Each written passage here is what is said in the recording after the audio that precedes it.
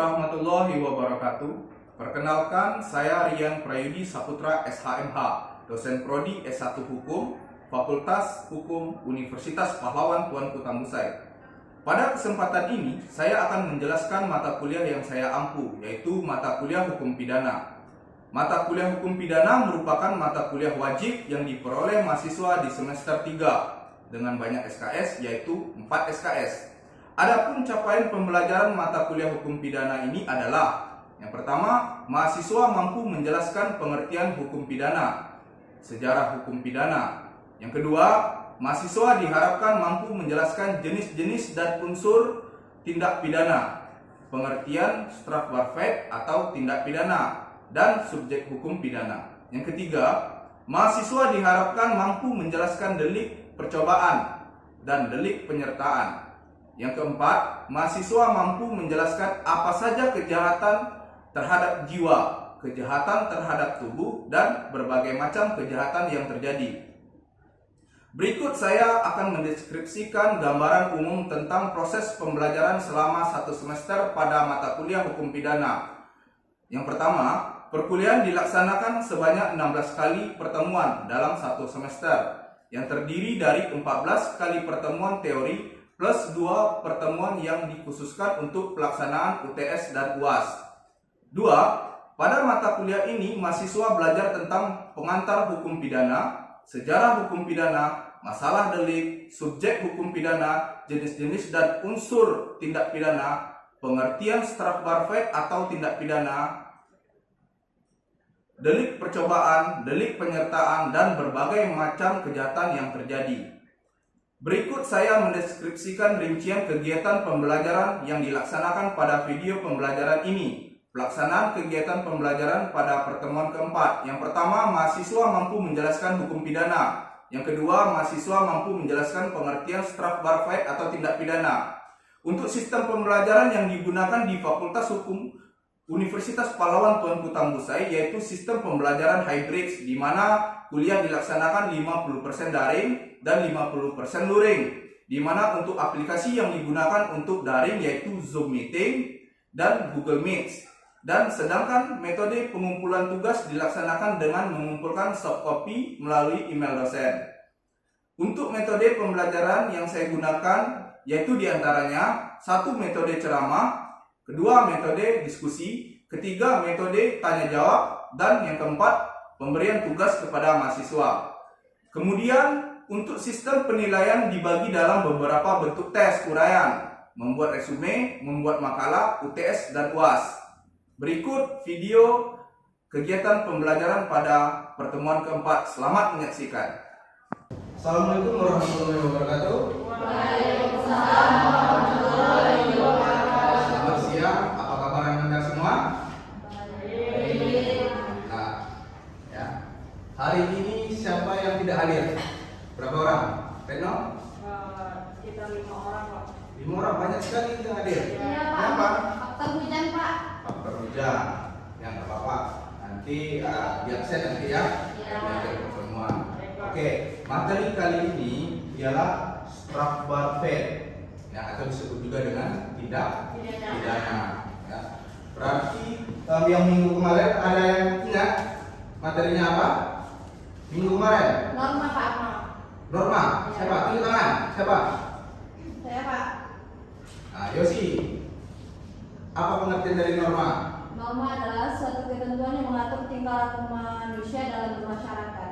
Bermasyarakat. Iya. Itu yang dimaksud dengan norma. Norma itu bisa disebut juga dengan hukum ya. Iya. Hukum yang mana hukum itu adalah yang berkembang di dalam masyarakat. Sekarang kita masuk ke strafbarvet.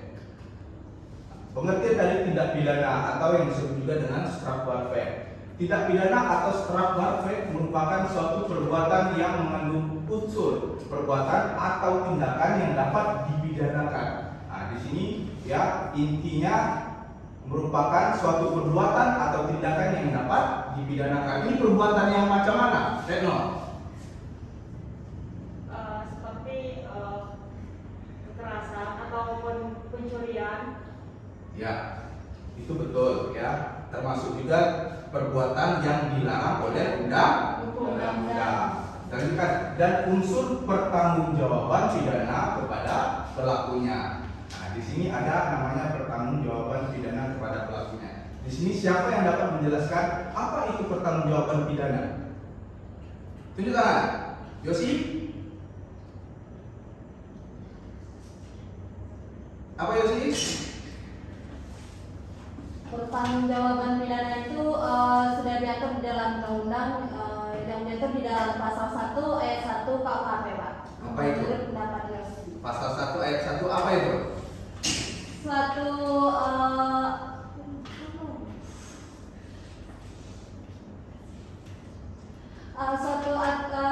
sudah diatur di dalam pasal 1 ayat 1 karena di dalamnya banyaknya aturan yang terjadi seperti kekerasan, Terus? pencurian. Oke, siapa yang bisa menambahkan? Juga termasuk dalam konsep rancangan KUHP baru pada tahun 2004 atau 2005 dalam pasal 34 yang memberikan definisi bahwa pertanggungjawaban pidana sebagai berikut. Itu pertanggungjawaban pidana ialah diteruskan seperti celaan yang objektif yang ada pada tindak pidana dan secara subjektif kepada seseorang yang memenuhi syarat untuk dapat dipatuhi pidana karena perbuatannya tersebut.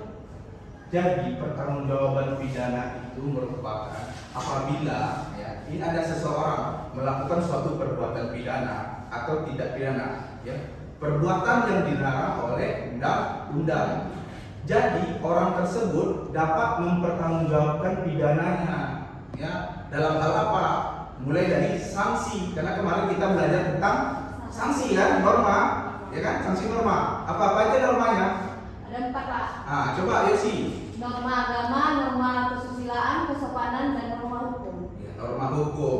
Yang mana dia pertanggungjawaban pidana itu termasuk dalam norma hukum. Kita lanjutkan. Sehingga dalam syarat hukuman pidana terhadap seseorang secara ringkas dapat dikatakan bahwa tidak ada hukuman pidana terhadap seseorang tanpa adanya hal-hal yang secara jelas dapat dianggap memenuhi syarat atas kedua unsur tersebut. Berarti dua unsur tersebut apa saja tadi? Yang pertama adanya pelaku perbuatan tidak pidana. Jika ada pelaku berarti adanya korban. Terus adanya pertanggungjawaban pidana. Baik, kita lanjutkan. Ada beberapa azas di dalam hukum pidana, azas-azas tindak pidana. Beberapa rumusan dari setiap tindak pidana perlu dipahami yang merupakan azas-azas penting sebagaimana yang dikatakan Brigjen Pol Drs HK Muhammad SH, yaitu sebagai berikut. Yang pertama, tindak pidana mempunyai dua sifat. Yang pertama, sifat formil. Dalam tindak pidana ini dilarang dan diancam dengan hukuman oleh undang-undang adalah melakukan perbuatan. Berarti ada perbuatannya. Contohnya seperti apa, Retno? Perbuatan.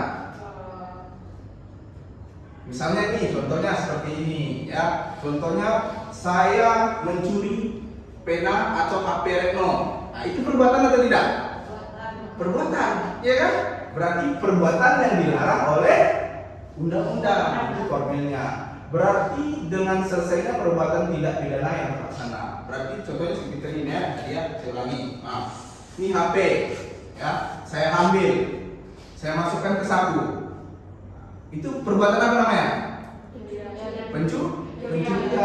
Berarti dengan selesainya perbuatan tidak pidana itu terlaksana, berarti itu sudah termasuk tindak pidana. Yang kedua, material.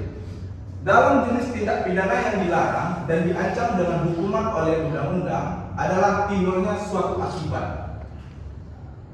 Ini perlu kita pahami apa itu akibat. Berarti jika perbuatan itu dilakukan menimbulkan akibat. Nah, contohnya seperti apa, Retno? Korupsi. Boleh. Apa lagi? Pembunuhan. Ada yang menambahkan? Siapa lagi? Pelecehan seksual. Ya, itu termasuk itu perbuatannya, Berarti dengan timbulnya akibat maka tindak pidana terlaksana. Akibatnya seperti apa? Kalau korupsi itu akibatnya apa? Kemiskinan. Kemiskinan. Terus apa lagi?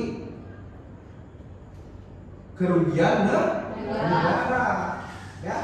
Yang kedua kita lanjutkan. Tindak pidana memiliki beberapa unsur. Ada unsur yang pertama, objektif. Unsur ini umumnya terdiri atas suatu perbuatan ataupun suatu akibat. Berarti ada perbuatan dan ada akibat. Sama tadi dengan unsur formil, ya. Yang kedua, unsur subjektif. Ya, unsur ini terdiri atas suatu kehendak atau tujuan. Nah, berarti ya apabila tindak pidana dilakukan berarti ada unsur kehendak. Contohnya kehendak gimana? Kehendak. Ya sih, kehendak. Dalam tindak pidana, Pak. Ya. Kehendak, misalnya kita ingin melakukan suatu pencurian itu kan harus adanya kehendak kita gitu. Kalau kita memang pengen mencuri gitu. Oke, bagus. Ada yang mau nambah lagi? Kehendak itu berarti ada niat kita melakukan suatu perbuatan pidana di awal. Ya, contohnya seperti ini. Kalau saya ingin makan, ya tentu saya harus melakukan sesuatu. Ya, sesuatunya apa? Perbuatannya tadi melakukan tindakan pencurian. Ya, kita lanjutkan. Unsur subjektif. Unsur ini terdiri dari suatu kehendak atau tujuan yang terdapat di dalam jiwa si pelaku. Unsur dirumuskan dengan istilah sengaja, niat, dan maksud. Nah, ini ada beberapa unsur ya di sini.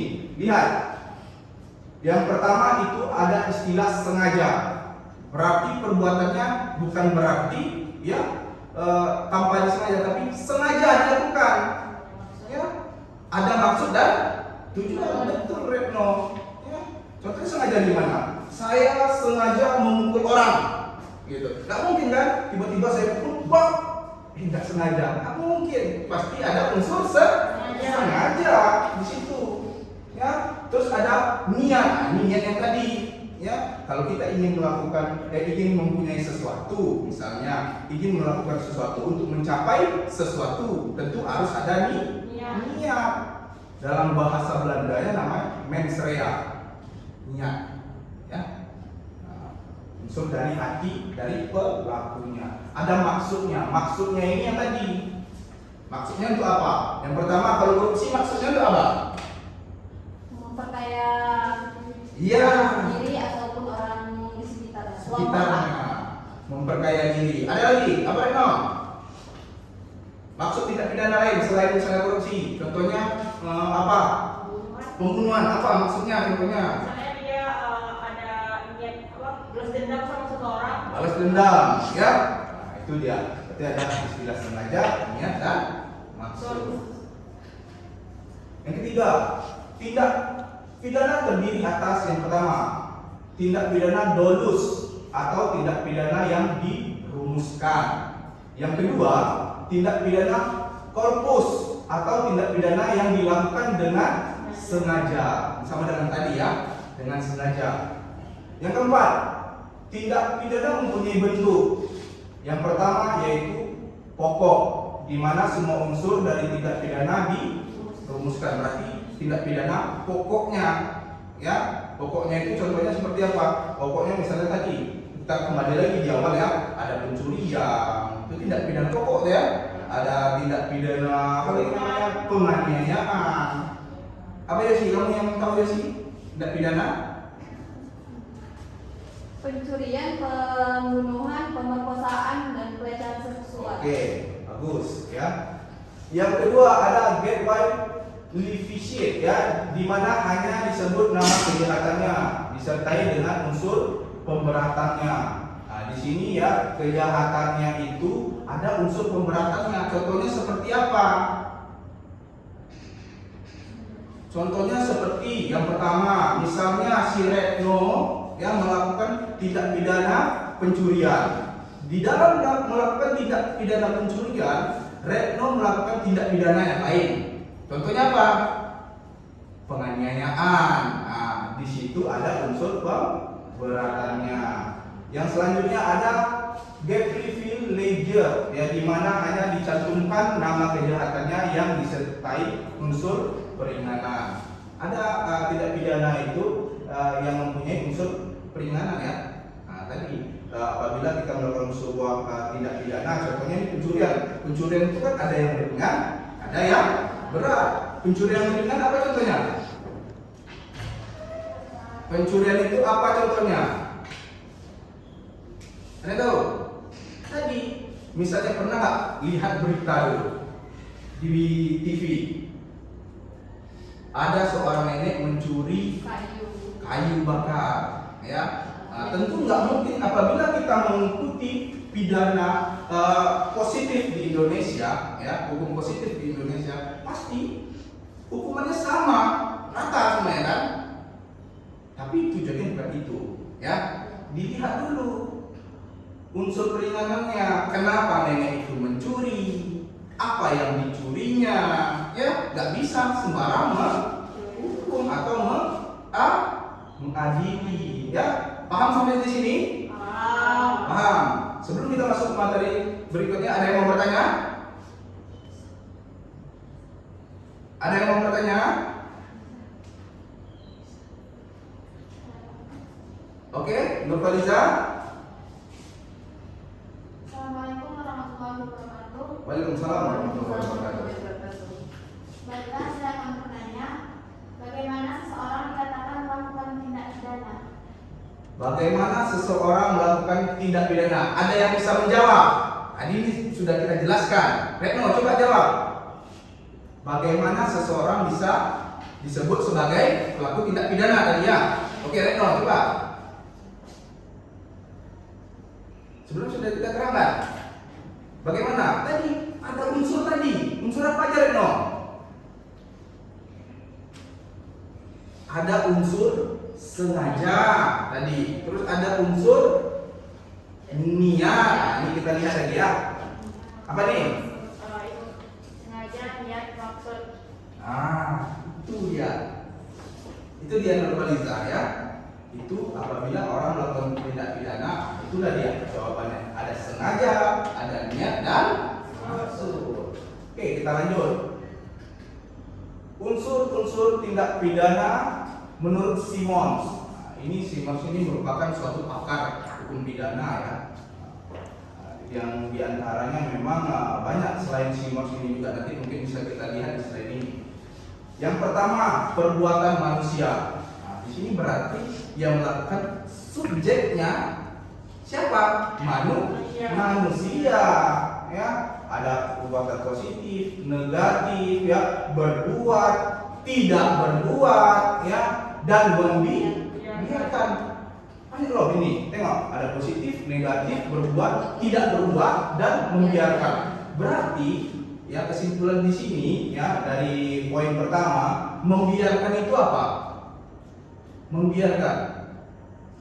Jika contohnya ini, ya, contohnya si Retno melakukan suatu perbuatan pidana, ya, lalu dilihat oleh si Rusidi, ya, Ananda Rusidi. Nah, terus Rusidi membiarkan, tidak melaporkan ke polisi, itu termasuk juga pidana, tidak pidana. Jadi hati-hati, ya, apabila Anda semuanya nanti melihat perbuatan pidana, ya, atau tindak pidana, itu harus segera melapor ke polisi, nggak boleh didiam-diamkan, ya. Contohnya kasus yang kemarin nih, kasus yang kemarin, siapa? Kasus siapa? Bapak Ferdi Sambo, itu contohnya, ya, gitu. Yang kedua, diancam dengan pidana. Diancam dengan pidana. Berarti yang mana tadi perbuatan pidananya? Diancam pidana. Pidananya apa saja? Ada yang tahu? Pidananya apa saja? Retno apa? Hukum pidana yang pertama pidana penjara, pidana denda, kurungan, kemudian Apa lagi? Tutupan. Betul, ya? Itu, ya, ada pidana penjara, kurungan, denda, tutupan. Ada satu yang lupa. Apa? Pidana mati. Ya, tuh. Yang pertama, melawan hukum. Tentu, kalau setiap perbuatan pidana pasti melawan hukum atau aturan-aturan yang sudah berlaku. Ya. Dilakukan dengan kesalahan. Nah, ini kesalahan. Setiap tindak pidana pasti adalah unsurnya kesalahan, nggak mungkin yang lain. Betul? Betul. Ya. Yang B, oleh orang mampu bertanggung jawab. Nah, ini yang perlu digarisbawahi. Ya, bertanggung jawab. Orang yang bertanggung jawab menurut hukum pidana itu seperti apa? Siapa yang tahu? Angkat tangan. Yang bertanggung jawab. Yang pertama, cukup umur. Dalam hukum pidana berapa umurnya? Berapa? 18 tahun. 18 tahun ya, sebelum 18 tahun. 18 tahun ke atas sudah bisa dipidana. Yang kedua, tidak gila. Ya. Yang ketiga, di bawah pengampuan. Berbeda lagi nanti kalau kita masuk namanya pidana anak ya. Kalau pidana anak itu ada aturan atau undang-undangnya tersendiri. Nah, jadi kalau dalam hukum pidana tadi ya, apa tadi? Yang pertama? Ulang lagi? Lupa. Yang pertama, cukup umur, tidak gila, ya, dia di bawah pengampuan. Oke, kita lanjut. Sebelum lanjut, ada yang bertanya? Tidak ada? Kita lanjutkan. Nah, ini dia. Ini merupakan pakar pidana dari Indonesia, ya, dari negara kita. Unsur tindak pidana menurut Muljadno. Ini Bapak Muljadno. Yang pertama ada kelakuan, ada akibat. Ya, sama tadi ada perbuatan. Kelakuan sama dengan perbuatan. Ada akibatnya. Akibatnya tadi ya orang bisa jadi korban. Ya, akibatnya lagi pertanggungjawaban pidana. Yang kedua, hal ihwal atau keadaan tertentu yang menyertai perbuatan. Ya, kenapa perbuatan itu bisa terjadi? Itu hal ihwal namanya. Ya, kalau Anda sebelumnya mungkin pernah dari pesantren, nggak akan apa ya, nggak akan asing dengan bahasa hal ihwal ini ya. Kita lihat ya.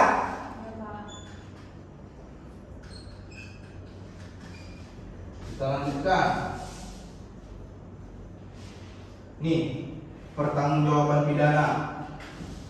Pertanggungjawaban pidana menurut hukum pidana positif, yakni dapat dipertanggungjawabkannya si pembuat. Ini sudah kita bahas di awal tadi ya. Adanya perbuatan melawan hukum. Tidak ada alasan pembenar atau alasan yang menghapuskan pertanggungjawaban pidana bagi si pembuat. Nah, itu intinya itu ya, tidak ada alasan pembenar ya, atau alasan menghapuskan pertanggungjawaban pidana. Konsep rancangan KUHP. Nah, ini konsep KUHP ini sebenarnya sudah lama ya, sudah lama. Sebelum reformasi itu ada KUHP. Karena KUHP kita sekarang, kita undang-undang hukum pidana kita sekarang itu menganut sistem Belanda. Ya, sistem Belanda. Ingat Anda ya, konsep hukum pidana kita adalah konsep hukum pidana Belanda. Di sini dalam pasal 34 memberikan definisi pertanggungjawaban pidana. Yang pertama yaitu pertanggungjawaban pidana ialah diteruskannya celaan yang objektif yang ada pada tindak pidana dan secara subjektif kepada seseorang memenuhi syarat untuk dapat dijatuhi pidana karena perbuatannya tersebut. Kita lanjutkan. Syarat terjadinya tindak pidana atau peristiwa pidana. Nih, yang pertama harus ada sesuatu perbuatan manusia. Yang kedua, perbuatan itu harus sesuai dengan apa yang dilukiskan di dalam ketentuan hukum. Harus terbukti adanya dosa. Ya, tindak pidana itu dosa semuanya kan? Ada nggak yang dapat pahala? Tidak ada. Ya.